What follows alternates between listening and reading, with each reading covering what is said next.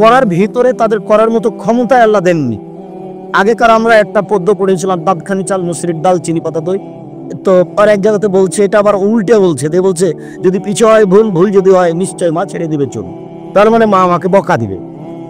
তো মানুষ উলট পালট হয়ে গেছে, কিন্তু কোনো ফেরেশতার কোনো কথা কোনো কাজ উলট পালট হবে না, কেননা উলট পালট করার মতো ক্ষমতা তার ভিতরে নেই, এটা সরিয়ে নেওয়া হয়েছে। তারপরে তারা বললো যে জিবরাইলের কি হয়েছে, ভুল হয়েছে। জিবরাইলকে আসতে হতো আসলে আলীর কাছে, আলীর কাছে না এসেছেন মোহাম্মদ সাল্লাল্লাহু আলাইহি ওয়াসাল্লামের কাছে। তারপরে শেষ পর্যন্ত বলে আসলেই তো মোহাম্মদ সাল্লাল্লাহু আলাইহি ওয়াসাল্লামের পরে খলিফা হবেন আলী, কিন্তু এই জোর করে অন্যায়টা করেছে ওমর আর আবু বকর সিদ্দিক, যার কারণে আলী আর যারা শিয়া তারা উমর এবং আলীর উপরে, আবু বকর সিদ্দিকের উপরে এই মন্তব্য রাখেন। তার নাম আকীদা, তার নাম বিশ্বাস। সম্মানিত দিনী ভাই বোন, তা আমাদের আকীদায় কিছু ত্রুটি থাকার কারণে আমরা অনেক সময় শরীয়তের মাপকাঠি বুঝতে পারি না। আমাদের নাম, আমার আব্বার নাম ইউসুফ, তা আমাকে জিজ্ঞাসা করছেন তোমার বাপের নাম কি? আমাদের এলাকার একটা জ্ঞানীগুণী মানুষ, আমি বললাম যে ইউসুফ। তখন আমাকে বলছে ছি ছি ছি, শিক্ষিত মানুষ, তুমি বাপের নামটা ভালো করে বলতে পারো না। বলি কি বলতে হবে? বলতে হবে ইউসুফ আলী। তাই আমি বললাম অবাক কথা, আমার বাপকে আমি জোর করে শিয়া করবো? তো ইউসুফ তো একটা নবীর নাম, ওখানে তো আলী নেই। তো শিয়ারা যদি বুঝতে পারে কারণ নামের সাথে আলী আছে বা হাসান আছে আর হুসাইন আছে, তাহলে তারা ধরে নিবি যে এটা আমাদের সদস্য। হোসেন পার্সোনাল নাম হবে, কিন্তু নামের সাথে হুসাইন থাকবে না। হাসান পার্সোনাল নাম হবে, কিন্তু নামের সাথে যদি হাসান থাকে তাহলে তারা ধরে নিবে যে আলীর দুই ছেলের একটা, তার মানে এরা শিয়া। শুধু খেলে পড়লেই হবে, আকীদা একটু বিশ্বাস করতে হবে, দেখতে হবে, বুঝতে হবে।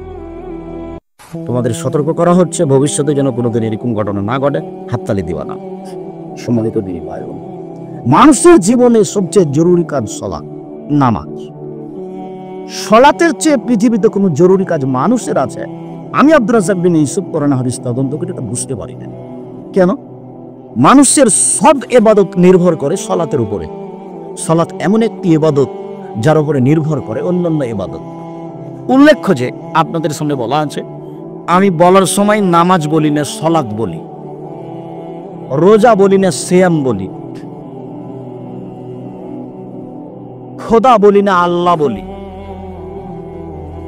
জাহান্নাম দোজক বলি না, জাহান্নাম বলি, বেহেশত বলি না, জান্নাত বলি। কেন? সালাত আর নামাজ দুটাই এক নয়।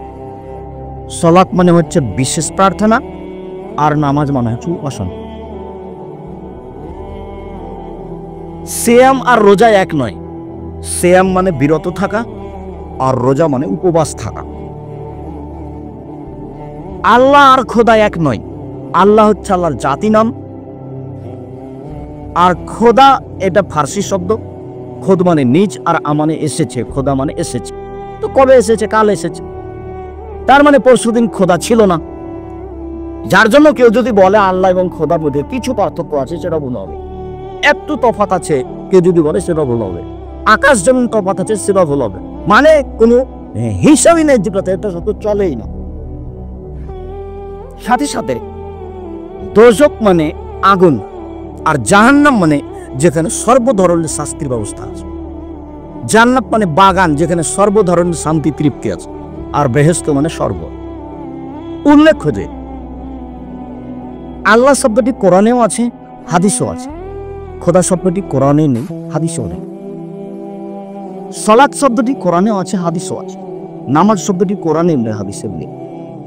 সিয়াম শব্দটি কোরআনও আছে, হাদিসও আছে। রোজা শব্দটি কোরআনে নেই, হাদিসেও নেই। জাহান্নাম শব্দটি কোরআনে আছে, হাদিসও আছে। দোজক শব্দটি কোরআনে নেই, হাদিসেও নেই। জান্নাত শব্দটি কোরআনে আছে, হাদিসও আছে। বেহেশত শব্দটি কোরআনে, হাদিসও নেই। তো কিভাবে চলছে? এমনিতে চলছে। এগুলো ফার্সি শব্দ, ইরান থেকে পাক ভারতের মধ্যে ঢুকেছে, এইভাবে চলছে। একে কেউ তলিয়া দেখা প্রয়োজন মনে করেনি। উল্লেখ্য যে নামে কোনোদিন পরিবর্তন হয় না। নাম কোরআন মাজিদ একটা নাম, বাংলাতে কোরআন, উর্দুতে কোরআন, ইংরেজিতে কোরআন, সবইতেই কোরআন। তো সালাত, সিয়াম, যাকাত, হজ, কালেমা এগুলি আল্লাহ দেওয়ার নাম, নামের পরিবর্তন হবে না। জাহান্নাম আল্লাহর দেওয়ার নাম, জান্নাত আল্লাহর দেওয়ার নাম, আল্লাহ আল্লাহর দেওয়ার নাম, এগুলি পরিবর্তনের কোনো সুযোগ নাই। নাউনের নামের পরিবর্তন হয় না। মর্মে সম্মানিত দিনী ভাই বোন, আমি আপনাদের সামনে সলাৎ শব্দ ব্যবহার করার চেষ্টা করব নামাজময়। আবারও উল্লেখ করছি যে চলাচল বন্ধ করে যারা যাচ্ছেন রাস্তাঘাটে বসতে না পারে তাদেরকে আমরা ফিরে আসার জন্য অনুরোধ জানাচ্ছি। আমরা আপনাদের সামনে কিছু গুরুত্বপূর্ণ কথা বলবো ইনশাল্লাহ, যা আপনাদের অনেক উপকারে আসবে। সাথে সাথে আপনাকে আমি এটাও বলে জানাচ্ছি যে আমার জীবনে আমি কোনোদিন অপ্রয়োজনীয় বাক্য বলিনি। দীর্ঘ ৩১ বছরে আমি কোনোদিন অপ্রয়োজনীয় বাক্য জাতির সামনে বলিনি। দীর্ঘ ৩১ বছরে আমি কোনোদিন কেসা কাহিনী বলিনি। দীর্ঘ ৩১ বছরে আমি কোনোদিন কাউকে নিন্দা করে, কোনো দল মাযহাবকে নিন্দা করে আমি কথা বলিনি। দীর্ঘ ৩১ বছরে আমি কোনোদিন সরকার বিরোধী বক্তব্য দিতে যাইনি। দীর্ঘ ৩১ বছর আমি কোনোদিন মানুষের কাছে পথ খরচ পাথও চাইনি। কেউ যদি প্রমাণ করে দিতে পারে যে আব্দুর রাজ্জাক সাহেব একদিন আমার কাছে পথ খরচ পাথরে চেয়েছিল, তাহলে জিন্দেগিতে জীবনে আর কোনোদিন আমি বক্তব্য দেব না। এটা আমার শতদিনের বলা। আমি আপনার জন্য এসেছি, আর বলতে গেলে হঠাৎ করে এসেছি। আর আপনাদের সম্মানিত ব্যক্তি কিভাবে মাধ্যম দিয়ে উপস্থিত করিয়েছেন এবছর আমার প্রোগ্রামের সূচনা ছিল না, চিন্তা চেতনা ছিল না। জানি না আজকের পর থেকে আরো দুই একটা প্রোগ্রাম হতে পারে বলে অনুমান ধারণা করা যাচ্ছে। আল্লাহ আলাম। সম্মানিত দিনী ভাই বোন, মর্মে আপনারা যেখানে আছেন আপনাদের কথাবার্তা বন্ধ করে, চলাচল বন্ধ করে, গতি বন্ধ করে, ক্রয় বিক্রয় লেনদেন বন্ধ করে গুরুত্বপূর্ণ আলোচনা শুনবেন বলে আশাবাদী। মূল্যায়ন করার চেষ্টা করবেন। হঠাৎ একদিন দেখছি এখন বয়স 40, হঠাৎ দেখবেন একদিন 60, হঠাৎ দেখবেন একদিন সময় শেষে। যেহেতু আশা হয়েছে কাজে যেতে হবে, যেহেতু যেতে হবে কাজে যাওয়ার জন্য প্রস্তুত থাকা দরকার। ইবাদতের জগতের সবচেয়ে দামি ইবাদত হলো সালাত। এমন ইবাদত যে সব ইবাদত নির্ভর করে সালাতের উপরে। হ্যাঁ, এ কথাই ঠিক যে সবচেয়ে দামি ইবাদত রোজা, সিয়াম। কিন্তু সালাত যদি না থাকে তাহলে আল্লাহ সিয়াম, রোজা, ইবাদতটাকে কি করবেন? কেটে। বড় ইবাদত হজ কবুল হয়ে গেল, লোকটা হয়ে যায় সেদিনের মতো যেদিন তার মাথাকে জন্ম দিয়েছে, নিষ্পাপ হয়ে যায়। এরপরেও যদি সালাত না থাকে তাহলে হজের ইবাদত আল্লাহ কেটে দিবেন, এই নেকি আল্লাহ দিবেন। এক ফোঁটা চোখের পানি আল্লাহর কাছে অনেক প্রিয়। রাসূল সাল্লাল্লাহু আলাইহি সাল্লাম বলেন, লা ইয়ালিজার রাজুলুন নারা বাকা মিন খাশিয়াতিল্লাহ হাত্তা ইয়ালিজাল লাবানু ফি দারঈ। গাভীর বান থেকে দুধ বের করে ভিতরে ঢোকানো যায় না, যেমন আল্লাহর ভয়ে কাঁদে যে তার জাহান্নামে যাওয়া অসম্ভব। তেমন আল্লাহর ভয়ে কাঁদলে তার জাহান্নামে যাওয়া অসম্ভব। ঠিক গাভীর বান ওলান থেকে দুধ বের করে চাপ দিয়ে আবার ভেতরে ঢোকানো যেমন অসম্ভব।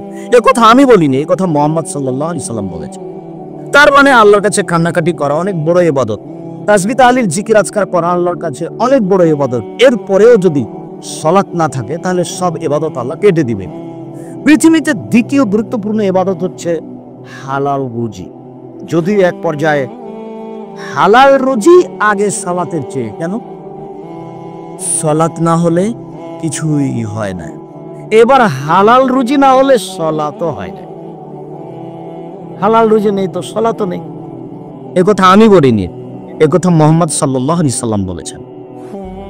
অতীব গুরুত্বপূর্ণ কথা, এক খেয়ালে চেয়ে থাকবেন। আল্লাহ তাআলা বলেন, ইয়া আইয়ুহান নাস কুলু মিম্মা ফিল আরদি হালালান তাইয়্যিবা। পৃথিবীর মানুষ, আমি যা পৃথিবী হতে উপার্জন করি, উৎপাদন করি, তার হালালটা তোমরা খাও, তাহলে হারামও উৎপাদন হয়। হালাল খেতে হবে, এটা আল্লাহর আদেশ, এটা সাধারণ জনগণকে আদেশ।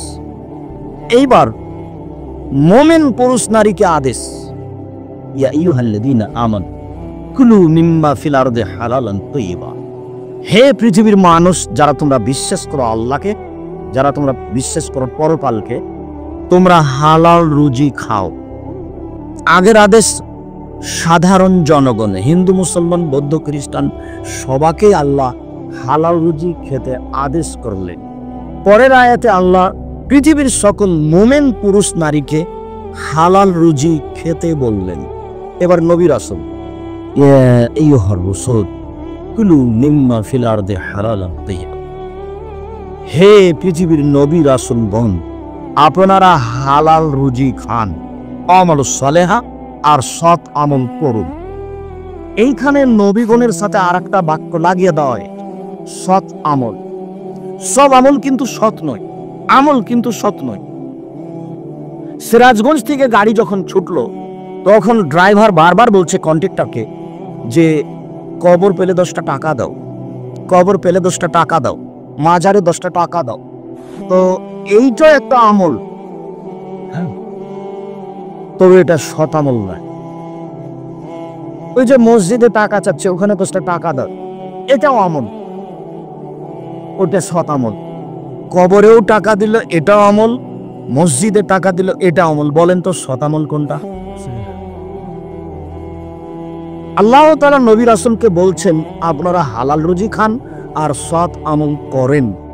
মানে নবী রাসূলের যদি আমল সৎ না হয় তাহলে তা বাতিল হবে। মাগরিবের পরে 2 রাকাত সুন্নাত করতে হবে। মানুষ যদি 12 রাকাত সুন্নাত পড়ে তাহলে প্রত্যেক 12 সমান তার জন্য জান্নাতে ঘর নির্মাণ করা হবে। জোহরের আগে 4, পরে 2, মাগরিবের পরে 2, এশার পরে 2, ফজরের আগে 2। এই 12 রাকাত যদি সুন্নাত মানুষ পড়ে তাহলে তার জন্য জান্নাতে ঘর বানানো হবে। তাহলে মাগরিবের 2 রাকাত থাকলো। এখন একটা হাদিসে এসেছে, জাল হাদিস মানুষের বানানো, যে কেউ যদি মাগরিবের পরে 6 রাকাত সুন্নাত পড়ে তাহলে তাকে 12 বছর ইবাদতের নেকি দেওয়া। এই হাদিস জাল। এটা আমল যদি কেউ করে তাহলে সেটা সৎ নয়, সেটা হলো অসৎ আমল। যেই আমল কোরআন এবং সহিহ হাদিস দ্বারা প্রমাণিত নয় সেটা হলো অসৎ আমল। আল্লাহ তাআলা নবী রাসূলকে বলেন যে হালাল রুজি খান আর সৎ আমল করেন। প্রত্যেক যে আমল রাসূলের সাথে মিল খাবেন। যেমন আপনারা দান করলেন, আমাকে বলতে হবে আল্লাহুম্মা সাল্লি আলাইহি, আল্লাহ আপনার প্রতি দয়া করুন। আল্লাহুম্মা বারিক আলাইহি, আল্লাহ আপনার টাকা পয়সাকে বেশি করে দেখ। এটা আল্লাহ রাসূলের মুখের শব্দ। এখন আপনি যখন টাকা দিলেন তখন আমি বললাম মারহাবা, কি যে বললাম, ধুলায় অন্ধকার, ওকে ঠেলে জান্নাতে দিয়ে দিল। এটা অসৎ আমল।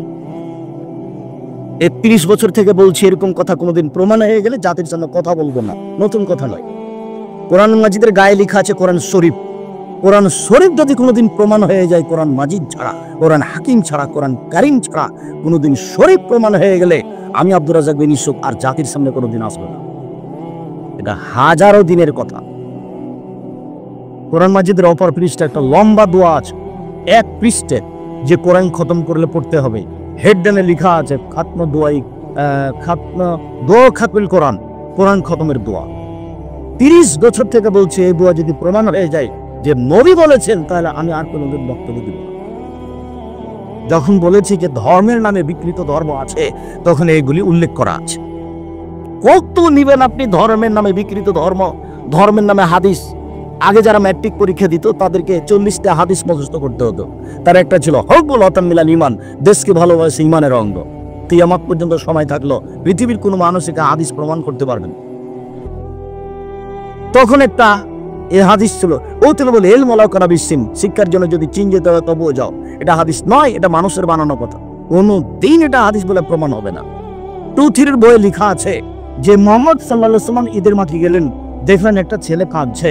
ছেলেটাকে জিজ্ঞাসা করলেন তুমি কেন কাঁদছো? ছেলেটি বলল আমি ইয়াতীম। আল্লাহ রাসূল তাকে কোলে নিলেন, আয়েশার কোলে দিলেন, আয়েশা নতুন পোশাক পরালেন। ছেলেটি খুশি হয়ে গেল। একবার নগদ মিথ্যে কথা। রাসূল সাল্লাল্লাহু আলাইহি ওয়াসাল্লামের বাড়িতে ফকিরে ভিক্ষা পায় না, তার একাধিক বুখারী মুসলিমের হাদিস। আর নতুন পোশাক দিয়ে দিল বললেই হবে? আমার কাছে উপস্থিত 3টা বুখারীর হাদিস আছে, বুখারী, মুসলিম, আবু দাউদ, নাসাই, তিরমিজি, ইবনে মাজাহ, বাইহাকি, দারমি, দাইলামি, দারেকুতনি, মুসনাদ সাহিবা, সহিহ হিব্বান, সহিহ আওয়ানা, মুসনাদ হাকিম, মুসনাদ বাজার, মুসনাদ ইয়ালা, পৃথিবীতে যত হাদিস গ্রন্থ আছে সব গ্রন্থে আছে। তার একটা আপনাকে শোনাই। বুখারী মুসলিমের এক হাদিস, আল্লাহ রাসূল একটা মেহমান বাড়িতে পাঠালেন। 30 স্ত্রীগণ মেহমান ফিরিয়ে দিলেন এই বলে যে মা না ইল্লাল মা, বাড়িতে পানি ছাড়া কোনো কিছু খাওয়ার নেই, অতএব মেহমান ফিরিয়ে দিলাম। তখন আল্লাহ রাসূল বললেন কে লোকটাকে মেহমান হিসেবে নিতে চাই? আমার চলে মিলেন আনসার। একজন লোক বাড়িয়ে বলল, জি আমি নিতে চাই। তো নিয়ে চলে গেল। এখন বাড়িতে নিয়ে গিয়ে স্ত্রীকে বলছে, আকরিমি যাইফা রাসূলিল্লাহ সাল্লাল্লাহু আলাইহি ওয়াসাল্লাম, ও আমার স্ত্রী, ইনি হচ্ছেন রাসূলের বাড়ির মেহমান গো, এনাকে সম্মান করো। তখন স্ত্রী বলছেন যে মা না ইল্লা কুতুসি বিয়ানি, আমার বাচ্চাকে শুধু জীবন বাঁচানোর মতো খাদ্য আছে, এছাড়া আর কিছুই নেই। ওই লোকের স্ত্রী কথা বললেন। তখন লোকটা বলছে যে হাই তো আমার এইটুকু রেডি করো, আসবে সেরাজাক, ল্যাম্পটা জ্বালাও, অন্না দেবে সিবিয়ানাক, তোমার বাচ্চাকে ঘুমিয়ে দাও। বাচ্চাকে ঘুমিয়ে দিলেন, বাতিটা জ্বালিয়ে দিলেন, খাদ্য রেডি করলেন। এখন মেহমান খাবে। পাশে গিয়ে তার স্ত্রী ওই আলোটা ঠিক করার ভান করে আলোটা নিভিয়ে দিয়ে দেখাচ্ছেন যে তারা দুইজনে তার সাথে খাচ্ছে। মেহমান খেলেন, সকাল হয়ে গেল। ইনি এখন রাসূলের কাছে গেলেন। রাসূল তখন বলছে, শোনো, আরে তোমাদের স্বামী স্ত্রীর কর্মে মিন পালিকুমা, তোমাদের স্বামী স্ত্রীর কর্মে তার জায়কালা আল্লাহ হেসে উঠেছেন, আল্লাহ খুশি হয়েছেন, আল্লাহ হেসে উঠেছেন, আল্লাহ খুশি হয়েছেন। এই কথা রাসূল সাল্লাল্লাহু আলাইহি ওয়াসাল্লাম বললেন। এদেশে একটা বই পাওয়া যায় তাওজিহুল কোরআন তাফসীর ৩ খণ্ডে, তার ২৮ নম্বর খণ্ডে সূরা হাসরের এক আয়াতে এই হাদিসটা দেওয়া আছে বুখারী মুসলিমে। আমার লেখার বইটা আপনাকে দিয়েছি, আপনি যদি মনে করেন যে আপনি লিখেছেন আপনি পড়েন, তাহলে আমি জাতির উপকার করতে পারবো না। সম্মানিত দিন ভাই বোন, বলছিলাম যে ধর্মের নামে পৃথিবীতে অনেক মিথ্যা কথা আছে। তার মধ্যে উঠে ওই যে ইব্রাহিম আলাইহিস সালাম একটা লোককে খেতে দিলেন, তো লোকটা খেতে বসে বিসমিল্লাহ বলেন না, বেশি খেয়েছে। তখন ইব্রাহিম আলাইহিস সালাম ফকিরের সামনে থেকে প্লেটটা কেড়ে নিয়ে হাতে ধাক্কা দিয়ে বের করে দিলেন। তো ইব্রাহিম আলাইহিস সালামকে এত অভদ্র মানুষ, নাউজুবিল্লাহ মিন যালিক।